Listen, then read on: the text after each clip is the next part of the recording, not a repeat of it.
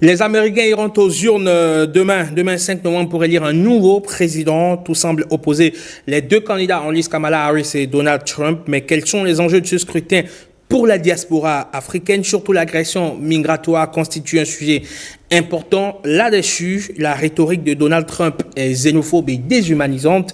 Il parle d'une invasion, d'une horde de migrants qui empoisonnent le sang de l'Amérique. Allez, c'est assez fort. On aura le temps de décrypter, décortiquer tout ceci avec Edmond Sadonou. Il est expert, spécialiste des questions migratoires, conseiller en droit d'immigration pour le gouvernement du Canada. Bonjour et bienvenue, M. Sadonou. Bonjour. Comment allez-vous? Ça va très bien. Mais c'est un plaisir de vous recevoir sur 5 sur 7 matin. Ouais, c'est un plaisir partagé. Pour évoquer cette présidentielle aux États-Unis qui aura lieu demain. C'est une présidentielle très attendue parce que à la base, c'était Joe Biden qui devrait se représenter, mais finalement, c'est Kamala Harris puisque le président sortant a dû renoncer à son second mandat. Absolument. Et très rapidement, oui. Vous avez Donald Trump, ce même Donald Trump. Ça, c'est le couleur les républicains. Demandent de vous donner ça. Donald Trump. C'est beaucoup d'honneur pour moi. Donald Trump, merci. Alors, très rapidement, c'est que la question, on remarque que les deux partis ont, que ce soit le parti républicain ou bien le parti démocrate, ils ont mis la question migratoire au centre. Dans les promesses électorales, quand vous regardez bien, vous allez voir que c'est là. C'est en tête de liste, déjà. Maintenant, en Amérique du Nord, que ce soit les États-Unis ou le Canada, lorsque vous perdez le contrôle de l'immigration, vous risquez, il y a un grand risque que vous partez. Maintenant, pour pouvoir mieux comprendre ce qui se passe, c'est qu'il y a une crainte actuellement, il y a une peur chez les Africains, chez les migrants vivant actuellement aux États-Unis. Le problème majeur, c'est qu'il y a beaucoup plus d'Américains, il y a beaucoup plus, le dernier sondage. Si vous regardez déjà le dernier sondage Gallup récent, le tout dernier sondage de Gallup, c'est-à-dire réalisé par la Société mondiale d'analyse et de conseil, on remarque que plus de 50%, c'est-à-dire beaucoup plus d'Américains sont conscients maintenant, c'est-à-dire ils veulent que le niveau d'immigration soit complètement réduit. Ils ne veulent même pas qu'on les maintienne, qu'il se soit réduit. Et aussi, ils sont beaucoup plus conscients que du dysfonctionnement qui est autour de l'immigration actuellement. Et aussi ce chaos au niveau des frontières, de la crise frontalière. Maintenant, on ne peut pas, quand on regarde également au niveau des programmes, les différents, ce que propose le Parti républicain, bien évidemment, avant d'aborder ce que proposent les démocrates et aussi ce que proposent les républicains, c'est que il faut comprendre aussi la réalité des migrants, la réalité actuelle des migrants aux États-Unis. C'est que il y a beaucoup de personnes qui sont sans statut actuellement, qui sont rentrés aux États-Unis et ils attendent que leurs demandes connaissent une issue. Il y a des gens qui sont rentrés avec un permis de travail pour travailler aux États-Unis, mais ils n'ont pas réussi à renouveler ce permis-là. Donc, ils travaillent de façon clandestine. Il y a des gens qui sont rentrés comme des résidents temporaires, c'est-à-dire je m'en vais pour aller visiter une famille ou bien pour pouvoir... Qui sont restés, ou bien des gens sont partis comme des étudiants, vous allez voir des Béninois ou bien des gens de l'Afrique, de beaucoup de pays africains, ils sont rentrés aux États-Unis, mais ils ne sont plus revenus. Et ces gens...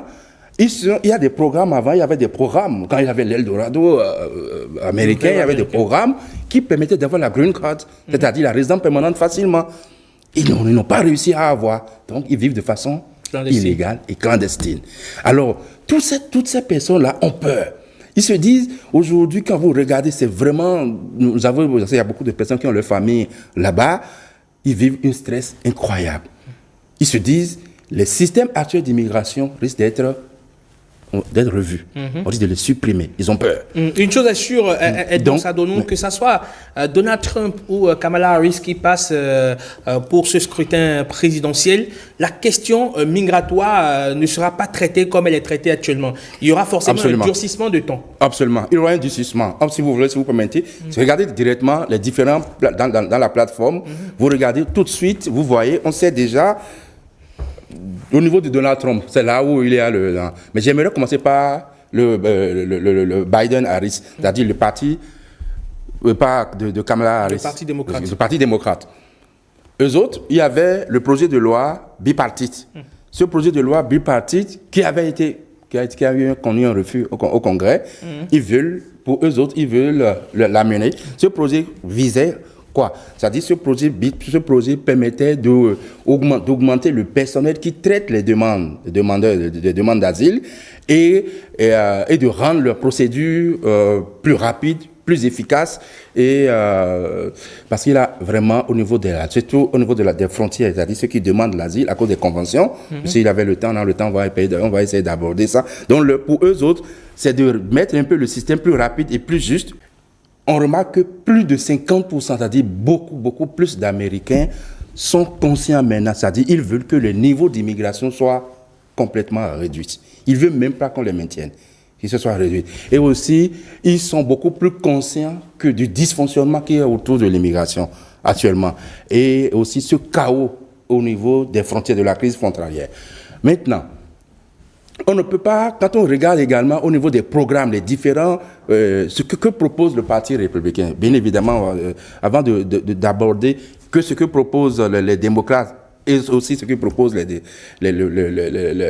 républicains, c'est que il faut comprendre aussi la réalité des migrants, la réalité actuelle des migrants aux États-Unis. C'est que il y a beaucoup de personnes qui sont sans statut actuellement, qui sont rentrés aux États-Unis et ils attendent que leurs demandes connaissent une issue. Il y a des gens qui sont rentrés avec un permis de travail pour travailler aux États-Unis, mais ils n'ont pas réussi à renouveler ce permis-là. Donc ils travaillent de façon clandestine. Il y a des gens qui sont rentrés comme des résidents temporaires, c'est-à-dire je m'en vais pour aller visiter une famille ou bien pour pouvoir... Qui sont restés, ou bien des gens sont partis comme des étudiants, d'aller voir des Béninois ou bien des gens de l'Afrique, de beaucoup de pays africains, ils sont rentrés aux États-Unis, mais ils ne sont plus revenus. Et ces gens, il y a des programmes avant, il y avait des programmes, quand il y avait l'Eldorado américain, il y avait des programmes qui permettaient d'avoir la green card, c'est-à-dire la résidence permanente facilement. Ils n'ont pas réussi à avoir. Alors, toutes ces personnes-là ont peur. Ils se disent, aujourd'hui, quand vous regardez, c'est vraiment... il y a beaucoup de personnes qui ont leur famille là-bas, ils vivent un stress incroyable. Ils se disent, les systèmes actuels d'immigration risquent d'être revus. On risque de les supprimer. Ils ont peur. Une chose est sûre, que ce soit Donald Trump ou Kamala Harris qui passe pour ce scrutin présidentiel, la question migratoire ne sera pas traitée comme elle est traitée actuellement. Il y aura forcément un durcissement de temps. Absolument. Il y aura un durcissement. Si vous vous permettez, regardez directement les différents dans la plateforme. Vous regardez tout de suite, vous voyez, on sait déjà 420 milliards de dollars. Lui propose, par année, d'expulser 1 million de migrants. Ça va coûter dans les 200-300 milliards de dollars. Ça ne passera pas au Congrès. D'accord. Ça ne passera pas. Donc, du coup, il y a même au niveau de l'ICE, c'est-à-dire Immigration, Custom and Enforcement, eux-mêmes, ils disent oui, effectivement, il y aura 1 milliard, ils vont expulser beaucoup de personnes et tout, mais le budget, ça inquiète. Est-ce que ça va passer? Est-ce que c'est ça? Donc, est-ce que ces projets-là vont passer? Les gens vont attaquer Donald Trump, ses politiques. Quand vous regardez, vous allez aux États-Unis, vous regardez le côté, les politiques locales, déjà provinciales et fédérales, c'est complexe, c'est très complexe. Les défenseurs des droits de l'homme, les défenseurs des immigrants vont attaquer énormément ces programmes. Ce sera très, très, très difficile. Même les juges. Absolument. Les juges qui ce sera très, très, très difficile. Mais au même moment, c'est que le Parti démocrate ne propose pas, le parti de Kamala Harris ne propose pas vraiment... OK. Lorsqu'ils ont pris ce projet, ce décret en 2023, vous savez quoi? Il y a une baisse drastique des demandeurs d'asile. Il y a une baisse drastique. Et là, les républicains, les populations ont commencé par crier pour dire, mais vous voyez, vous avez commencé par déporter, par durcir l'immigration, il y a eu une baisse. D'accord. Et tout. Donc, voilà un peu cette confusion qui se crée aujourd'hui. On veut bien qu'il y ait moins de personnes qui envahissent les On frontières. sait qu'il n'y a pas que les Africains qui sont du côté qui représentent les migrants du côté des États-Unis. Il y en a beaucoup qui viennent également de l'Amérique latine, Absolument. notamment le Mexique, la Mexique, Colombie, Haïti. Surtout qu'Haïti, c'est devenu vraiment un champ de bataille. Exactement. Et si vous permettez très rapidement, si vous regardez par exemple le statut LCH, le statut LCH, c'est le statut de libération conditionnelle humanitaire. Ça là, on ne peut pas parler de la question migratoire, de la question des élections américaines, c'est-à-dire le volet de la migration, sans parler du statut LCH. Parce que aucun pays africain, regardez sur tout le continent africain, il n'y a aucun pays qui ait ce statut-là. Ça pose vraiment un problème. Le statut LCH, c'est quoi? Le statut LCH, c'est une protection juridique accordée aux ressortissants, bien évidemment, par le gouvernement américain, aux ressortissants de certains pays qui sont aux prises avec des crises, avec des conflits ou catastrophes naturelles, et que ce statut leur permet de vivre et de travailler temporairement aux États-Unis sans que leur demande ne soit traitée. Il est accordé à 6 pays. Et ces 6 pays-là, nous avons l'Ukraine, il y a le Cuba, il y a Haïti, il y a le Nicaragua, et il y a le Venezuela et l'Afghanistan. C'est seulement ces 6 pays-là. Lorsque vous demandez l'asile, automatiquement, on vous accorde ce statut LCH, et ça vous permet de vivre, de travailler, sans qu'on analyse votre demande. Et nous avons constaté, pourquoi cette crainte au niveau de la communauté africaine? On a constaté maintenant qu'aucun, vous allez me dire que sur le continent africain, il y a la diplomatie. Aucun pays africain n'a pu négocier avec le gouvernement américain pour que leurs ressortissants bénéficient de ce statut-là. Aucun pays. Au même moment, vous regardez au niveau de l'Euro Commissariat des Nations Unies pour les réfugiés, vous regardez les dernières statistiques, il y a 9 millions de personnes soudanaises, la crise au Soudan. C'est un pays africain. 9 millions de personnes sont déplacées. Et aucun pays africain n'a ce statut-là. Quel est le rôle? Ça permet de savoir quel est le rôle que vraiment le gouvernement de ces pays-là joue auprès du gouvernement américain. Quelle est l'implication vraiment de la diaspora, c'est-à-dire dans les différents politiques migratoires auprès du gouvernement américain. Donc il y a beaucoup de questions qui vont se poser également. Donc du coup, les Africains déjà qui vivent aux États-Unis, ils ont peur de perdre les acquis qu'ils ont actuellement, mais au même moment, leurs frères ou bien ceux qui vont demander l'asile n'ont aucun statut, ils n'ont pas ce statut LCH. Très bien.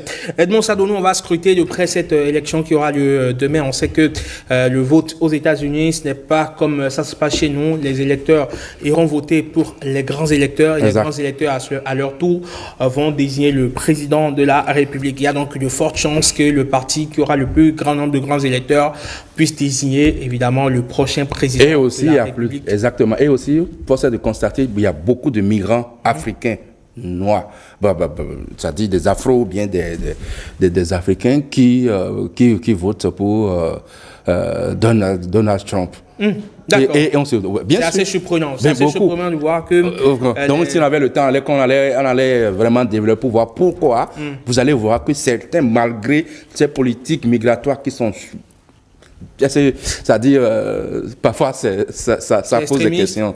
Ça pose des questions, mais il y a d'autres qui vont voter quand même pour Donald Trump. Il y a des raisons derrière ça et que aujourd'hui, si les démocrates,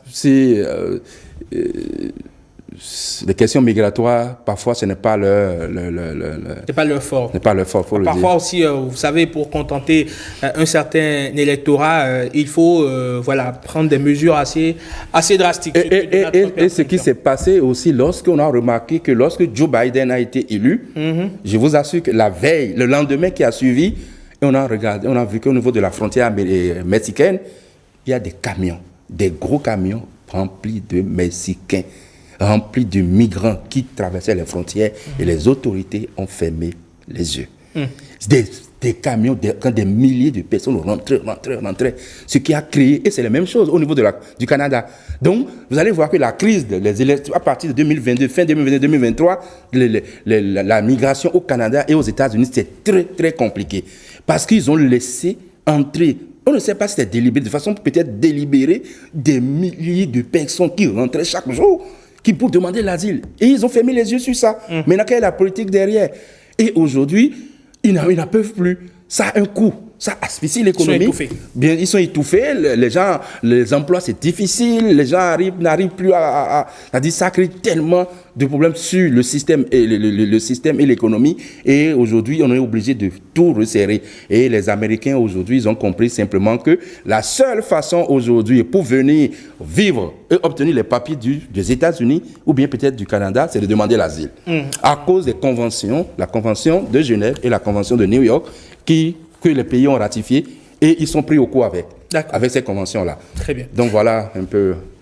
En tout cas, la question migratoire au cœur des élections américaines, ça sera un point déterminant dans le suffrage exprimé par chaque votant. Ça sera demain du côté des États-Unis. Merci beaucoup à vous, Edmond Sadonou. Vous êtes expert spécialiste des questions migratoires, conseiller en droit d'immigration pour le gouvernement du Canada. Merci pour toutes ces informations que vous nous avez données ce matin afin d'élucider évidemment cette actualité du côté des États-Unis. On vous retrouve certainement à l'occasion d'un autre rendez-vous, pourquoi pas, pour continuer par écouter votre réflexion assez intéressante. 5 sur 7 matin.